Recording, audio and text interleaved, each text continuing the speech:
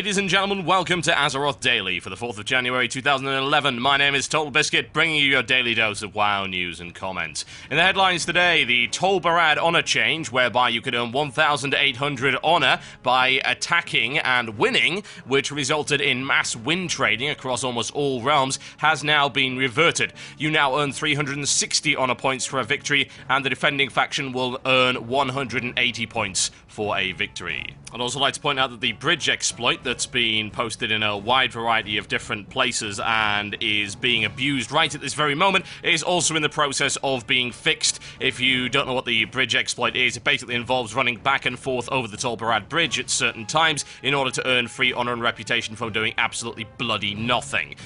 Yeah, not great, and indeed something that Blizzard should fix. They are on it, however, so says Zahim. As with all exploits, do so at your peril. You'll probably get banned if Blizzard feels like it, so don't exploit the game, kids. Not worth it. The latest round of hotfixes has come out for you to peruse, and my pick of the litter has to be that Flame Orb no longer breaks polymorph. Oh, thank about bloody time. And also, if you're a tailor, it is time for you to rejoice, because you will now receive additional cloth drops 50% of the time from anything that drops cloth, which is up from 25%. Oh yeah.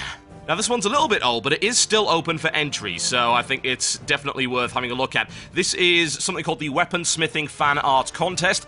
The contest is to actually make a replica of a weapon, full-sized, I might add, based on something within World of Warcraft. And there are various categories, including Best Dagger, Best Mace, Best Sword, Best Ranged, and Best of the Rest. This is available to the US, as far as I can tell, only, and it ends on the 21st of January 2011. I would highly recommend that you go and have a look at the rules for everything that you need to know before you start. The prize is a full-sized replica Frostmourne with an Ice Shard display stand at a $630 value. So get cracking, ladies and gentlemen. With that, it's time for your Daily Blues.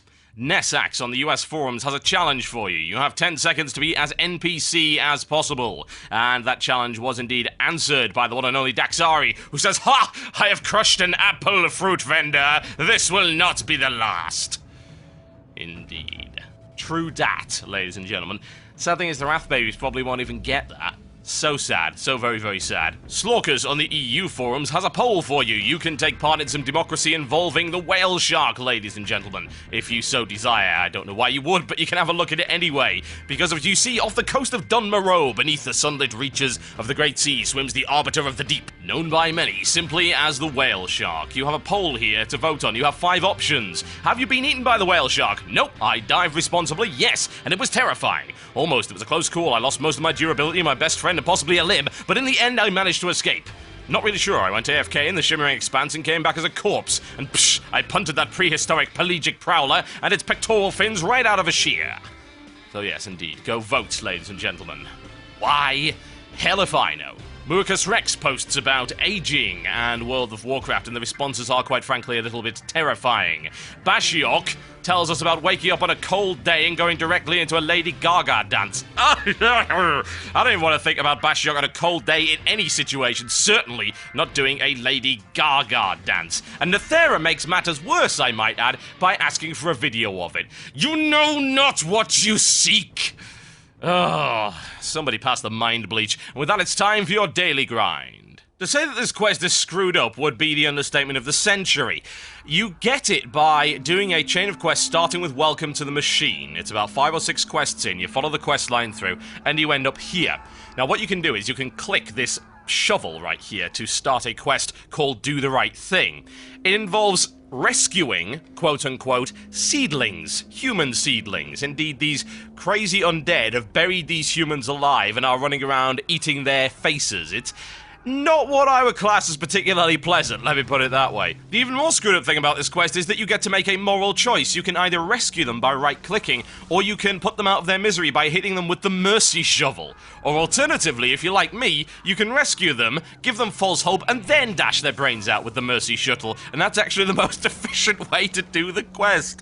Oh, because you get 2 credits for it. It's ridiculous, but it's awesome. Yeah, you definitely need to go and check that one out. Available in Hillsbrad for the Horde only. And with that, it's time for your weekly feature. It's Raid or Die.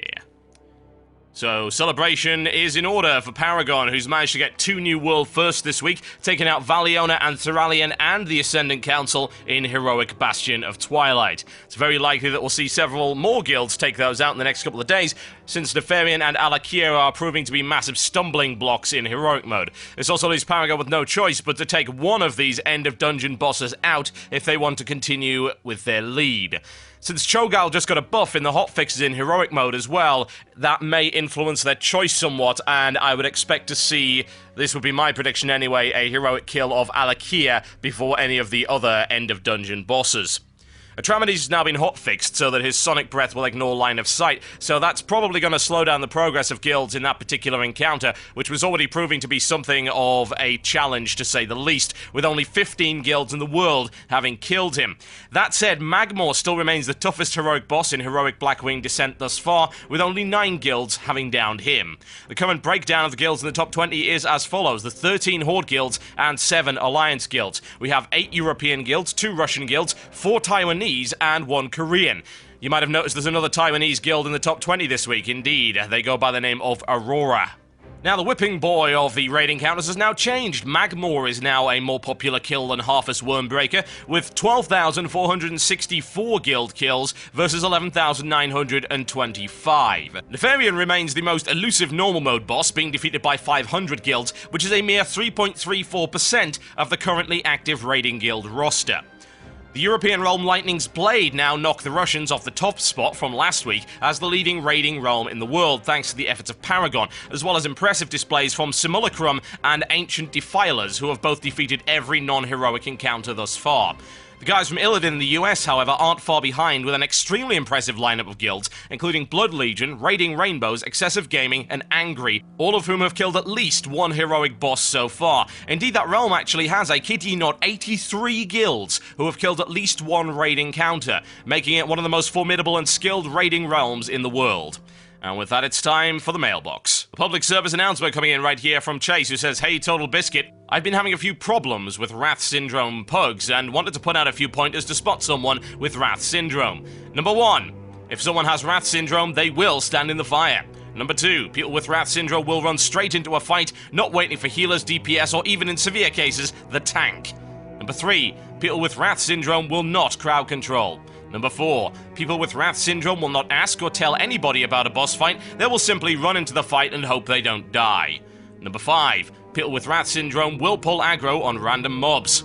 Number 6, people with Wrath Syndrome will blame everyone but themselves. They will not acknowledge what they did wrong and rage at everybody else in the group.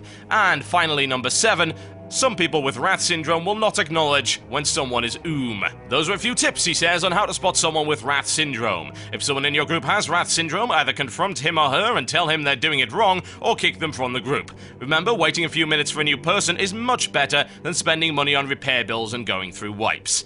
Indeed, that could not be any more true if it tried.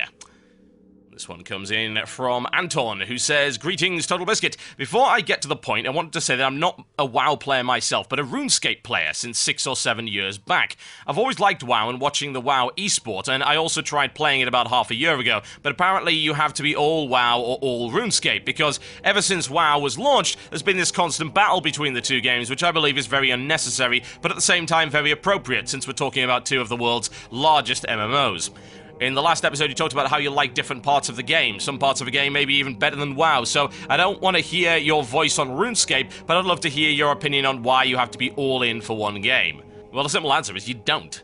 Prime example being that RuneScape is a free-to-play game with a optional subscription element, as far as I recall. Same as DDO, same as Lotro. Traditionally, it was entirely reasonable and indeed very usual to play just one MMO, because they were all charging subscription fees, so there was a financial element there, but lately there's been a rise in free-to-play games, so yeah, you can play more than one MMO without spending any more money than you have to. I don't believe you have to be a one-gamer anything, honestly. It doesn't even matter what it is. If it's an MMO, if it's an FPS, if it's a strategy game, it doesn't really matter. I'm the kind of person that plays loads of games. I say jack of all trades, master of none. That would be extremely accurate, because I'm not amazingly good at any game I play, because I don't have the time to dedicate to it. A dedicated Black Ops player that plays 5-6 hours a day is obviously going to be better than me, who plays like 20 minutes a day. That's simply the way of it. Same with World of Warcraft, the same with StarCraft 2, the same with anything else. But there are some people that believe that you have to be so dedicated to this one particular title at the expense of everything else. I don't believe that. That, to me, is not being a gamer. To me, being a gamer is experiencing everything that gaming has to offer. Sure, you might have preferences for different genres. For instance, I don't play a lot of sports games. I play mostly FPS, turn-based strategy, RTS, bit of racing every now and again. But I don't think that I should restrict myself to one title. Hell, I don't bother completing games most of the time, with the exception of maybe BioWare RPGs, simply because I don't need to in order to get my money's worth and my enjoyment out of the game. Most of the time, anyway.